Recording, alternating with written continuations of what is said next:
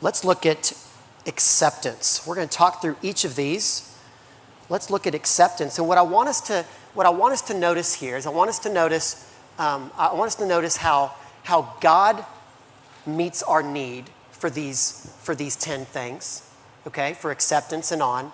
And then we're going to look at what it looks like to meet these desires of our spouse. Okay, so let's talk about acceptance. Receiving another person willingly and unconditionally, especially when the other's behavior has been imperfect. Being willing to continue loving another in spite of offenses or differences. Romans 15:7 says that therefore accept one another, just as Christ also accepted us to the glory of God. So how does God accept us? He accepts us unconditionally, right?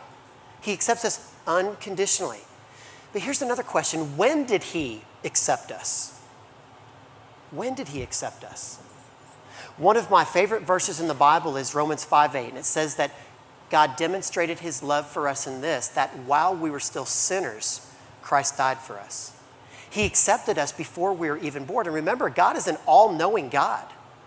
What I want you to do for a second is I want you to think of the worst sin that you've ever committed. I know it's not a pleasant thought, but I want you to think about it for a second. Unfortunately, I know that probably comes to mind very quickly, but I want you to visualize that as a point in time here, okay? And then we have God, this all-knowing God who died for you all the way back here. And remember, he's all-knowing, and he made a decision to love you in spite of him knowing exactly what you were going to do here. Hey, that is crazy love. I don't love like that. I don't accept like that. Do you? I mean, let me take this a step further. This is what this would be like, okay? Tangibly. We've shared with you some of our dirt, how Star had an affair and how I physically and verbally abused her.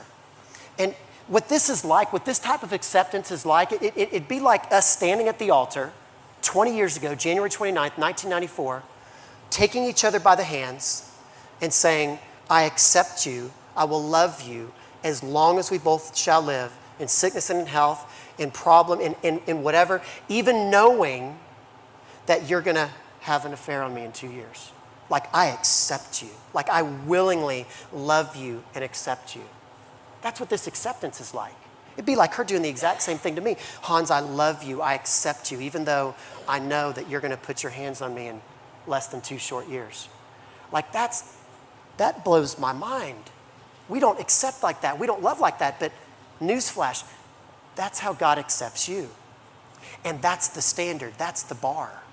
Like, as we're called to accept one another, we need to accept the relationship of who God has put us with, not the behavior, but we need to accept the identity of who God has put with us. I accept you. I will love you until death do us part. We shared the story in our marriage where Hans was very accepting of me when we reconciled our marriage. Very forgiving. The slate was wiped clean. It was never thrown in my face. It was not brought up again except for us to work through the healing that needed to happen. And that was beautiful. But on our everyday life, he's really good at this. I'm not as good at this as he is. Just recently, I was having a day where I refer to this as like my days where I go dark.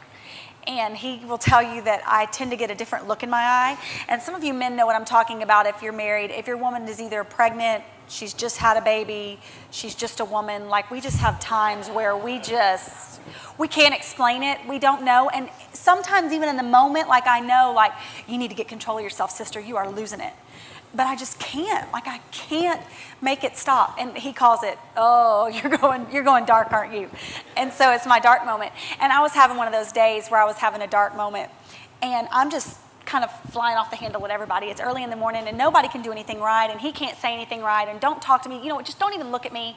And he leaves and I'm just being ugly. And I go into our bathroom not long after he's left and I'm sorting laundry in the bathroom and I look up on the mirror and I see that he had written in one of my old lipsticks, Star, I love you and I'm praying for you.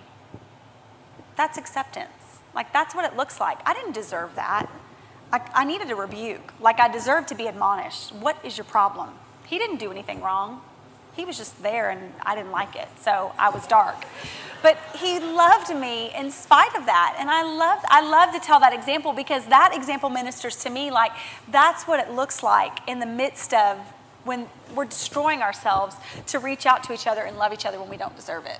And the impact that it has on someone who's on the receiving end is significant. And in the same way, I mean, it leads them to repentance. Yeah. It really does. We think that we need to call out our spouse's sin, but really what we need to do more of is we need to be accepting them in spite of their sin.